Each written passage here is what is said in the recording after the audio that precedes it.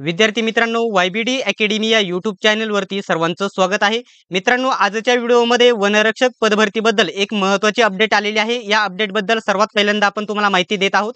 अशाच प्रकारचे अपडेट सर्वात प्रथम बघत राहण्यासाठी चॅनलला सबस्क्राईब केले नसेल तर सबस्क्राईब करा, सोबतच बेल आयकॉनलाही ऑन करा.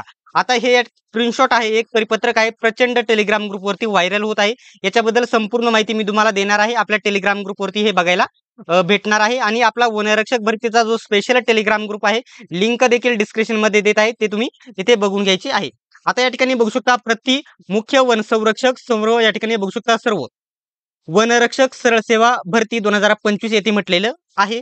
तर 2022च्या GR नुसार याच्यामध्ये माहिती देण्यात आलेली आहे. पदभरती 2025 ची असणार आहे, येथे 25 लिहिलेलं आहे. तर या ठिकाणी बघू शकता, शासन निर्णय दिनांक 2022 इथे दिनांक अन्वय वनरक्षक भरती प्रक्रियेतील कार्यपद्धती ठरवून दिलेली आहे. 2022च्या GR नुसार वनरक्षक संवर्गाची सरळ सेवा कोट्यातील रिक्त पदे भरण्याकरिता जाहिरात देण्याचे प्रस्तावित आहे.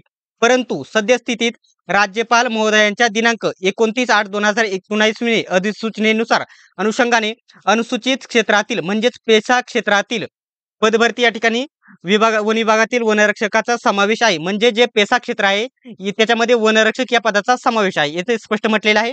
त्या अन्वये सर्वोच्च न्यायालयात म्हणजे ही केस पेंडिंग आहे. यामुळे सध्या स्थितीत पेसा क्षेत्रातील वनरक्षकांची पदे भरण्यात येणार नाही.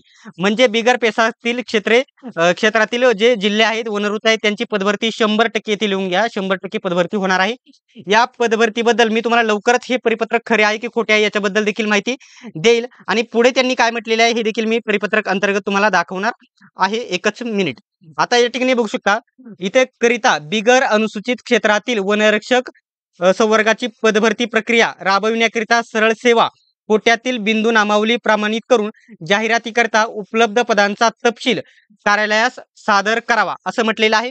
येथे यांनी संवर्ग दिलेले आहेत, सर्वसाधारण महिला, खेळाडू, माजी सैनिक हे दिलेले आहेत. त्याच्यानंतर SC ST कॅटेगरी सर्व कॅटेगरी दिलेल्या आहेत. जर हे परिपत्रक खरे असेल तर रात्रीच्या व्हिडिओमध्ये डिटेल्स मध्ये तुम्हाला माहिती देईल.